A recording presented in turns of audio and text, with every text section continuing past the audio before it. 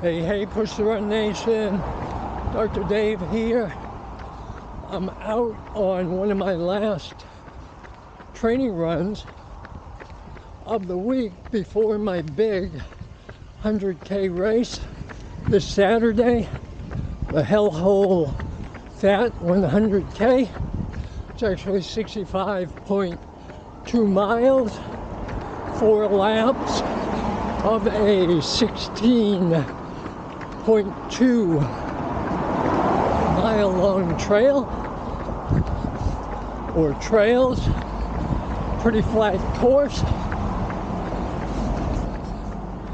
Right now I'm running in the Saucony Triumph 20.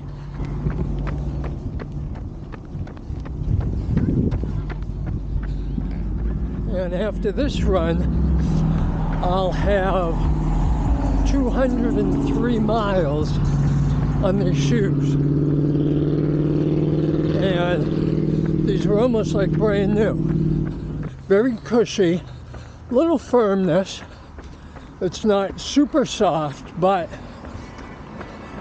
I'd say without going max cushioning, these are the best cushioning training shoe that I like to wear.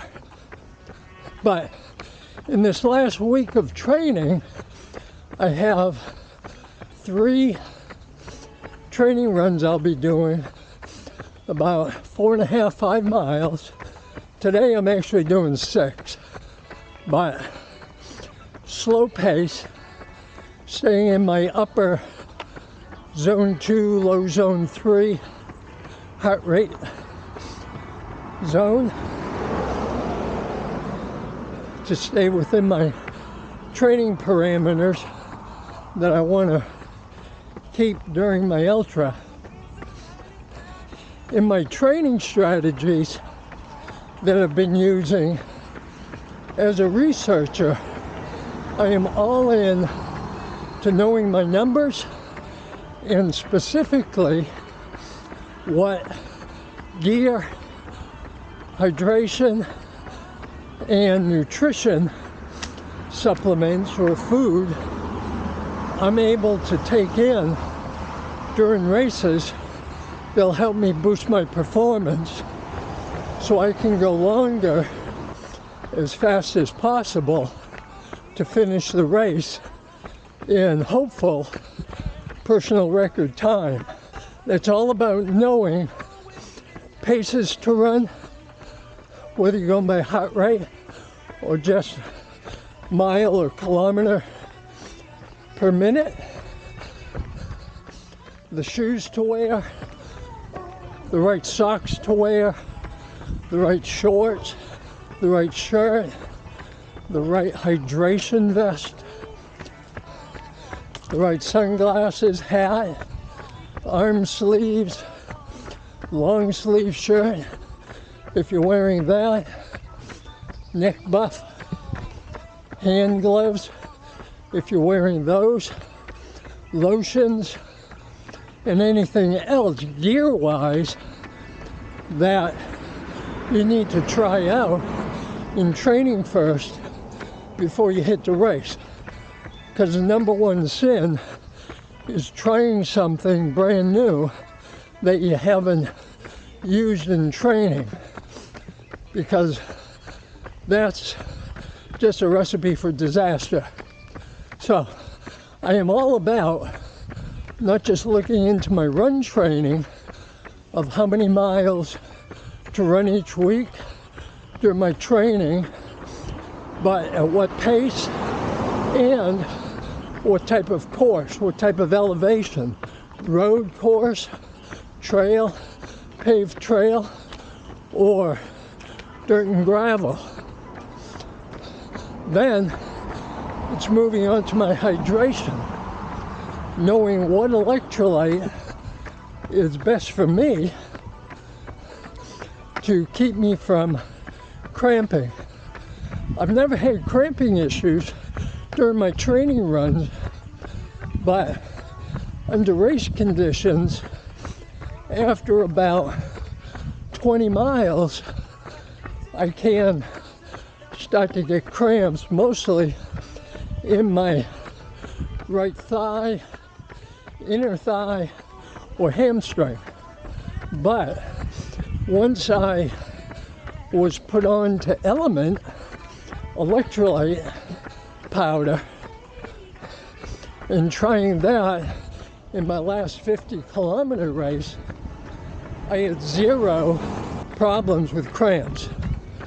After that, I ran in a 25-kilometer race, 15 miles, and cut that down to half of the full amount that I used in my 50K race, but using half amount, which is 500 milligrams sodium, 200 milligrams potassium, 6 milligrams magnesium, cut that in half, and I had cramps in my right thigh. Next race after that, I went up to 75%, same thing, cramps. Next one after that, I did a 25-mile training run on a very hilly training course, 0 cramps. So I know now, no more research, no more playing crash test dummy guinea pig, but go full strength on my electrolyte powder. For my hydration powder I use to get calories off of, I use Perform Extreme as a pre-race formula, and then Perform Sustain or Sustain Elite by Endurolite. That gives me about 150 to 180 calories per hour per 20-ounce bottle, and I drink 5 ounces every 15 minutes. I have an alarm that goes off, timer on my watch at 15 minutes, and my water bottle is marked for what to drink it down to. And at that same time, I'm taking in my LMNT electrolyte. Then once an hour, I'm having a gel, which is giving me 100 to 125 calories. And every 2 hours, I have a pouch of baby food that gives me 100 to 120 calories, and that's usually strawberries, bananas, and sweet potato mixed together, which I love, and that gives me a little bit of sweetness that I feel gives me a little bit extra boost in energy. I usually don't eat any real hard foods, but this weekend's race, being 65 miles, probably in the first half, I'll take in some type of harder or more solid food rather than just taking in soft baby foods, pureed foods, or fluids. Not sure what the race director will have, but I have several things that I'll be bringing that I know work for me. So that is my hydration and food nutrition, my gear. I have at least 2, possibly 3 or 4 different shoes I'll be switching, which then will be a different shoe every 60-mile lap. One, to change up the feeling on my legs and to see how each of them boosts my performance. Now, if there's one shoe, like the first shoe I start with, which will probably be the New Balance Fresh Foam Exmore V3s, and they seem to work really well for me, I'll go ahead and keep using them for at least 2 laps, which will be 32.5 miles. See how that works out, and then I'll switch over to the new Solomons I have coming in, their new Max Cush shoe, and possibly the Nike Zagama. Although those are a little firmer than I like. Those are only an emergency shoe, but I'll also have my ASICS Trabuca Max 2s, which more than likely will be a second shoe that I try out. So that's for shoes. I know the type of mid-cushioning socks I'm going to wear, which I usually wear a mid-weight cushion. Well, I don't like wearing real thin socks. I like that little extra cushion for under my foot, plus to guard my toes a little bit better. And I'll be changing those up probably every lap to give my feet a little fresher feeling. It's going to be in the mid-80s in the afternoon and probably being in the high 80 to low 90% humidity. So my feet are definitely going to be getting sweaty. I'll be using my Electrolyte 12-liter hydration pack, which I have my gear bag on the front from Electrolyte, which I can put all my gels and baby foods in I need for 1 lap. I'll have 2 bottles with me.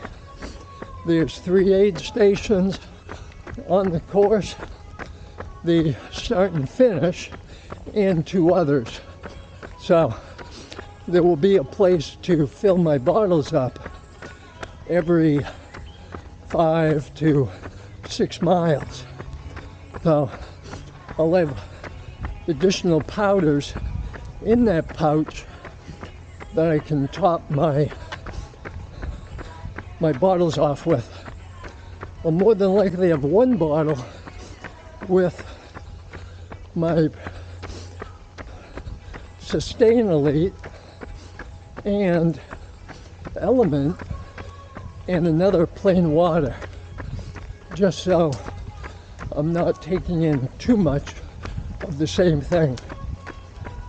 What's happened in the past is if I only drank the hydration fluids only and no plain water, eventually once I get over 20-25 miles, I end up starting to have stomach distress. So I want to save myself from getting anything like that. So I'll be instituting a run-walk program or strategy during the race where I'll either be running 5 minutes, walking 1, or run a mile and walk 2 or 3. My goal is to maintain a 15-minute per mile pace, and that's including both running and walking. Ultimately, all I want to do is finish. I haven't run anything this distance since 20 2017 or 2016, and 3 months after that I had my first stroke. Was paralyzed on my right side. After that I had to learn to walk and run again for 2 years, wearing a tactical helmet, because I still have a little bit of lazy right leg that drags at points and then will make me topple. Worst thing is have that happen on a trail and go down on a rock, like happened to me a couple weeks ago in a 5-mile mountain trail race. But hey, such is the life of an ultra trail runner. You gotta do what you gotta do. And the last part is stress and sleep and recovery. Keeping my stress level down as much as possible. I usually don't have much. I work for myself, so it's getting all my work done early enough so come Friday I can head out. Tomorrow I'll start getting all my gear together, mostly my camping equipment. I have a list made up of everything I need. It's one of two things I still want to go pick up at the sporting goods store, and then I'll have everything. I'll have that all set up, ready to go, pack in the car, and then Wednesday I'll put together all my running gear. Then Thursday I'll go over it all, make sure I didn't forget anything, and pack some of it up in the car. Then Friday morning I'll pack the remainder up in the car, pack my cooler, stop at the grocery store, get a bag of ice, pop that in the cooler, and probably leave by 9 o'clock. I want to get to the race site early in order to get my pick of camping spots close to the start finish as possible, so I can also have a table set up during the race, and I don't have to go very far to grab that during transitions between laps. So that's it for my race strategy. So this is Dr. Dave, Push the Run Nation. I'm your personal run coach, sports performance conditioning coach, stress, sleep, and recovery coach. So if you have any questions about any of those areas, either drop a comment down below or shoot me a message, and I guarantee you I'll get back to you. And if you haven't subscribed to the channel, please do so you'll continue to get videos and see the new stuff coming out, and also be entered into our monthly drawings, where it could be a pair of shoes, gear, nutritional supplements, you name it. In the past 6 months, I've given away over $2,000 worth of gear, most of which came out of my pocket. It wasn't free stuff that I received from vendors. So check that out, subscribe, watch, comment. The more you comment to my videos, the better your chance at winning the monthly lotteries. Okay? Peace.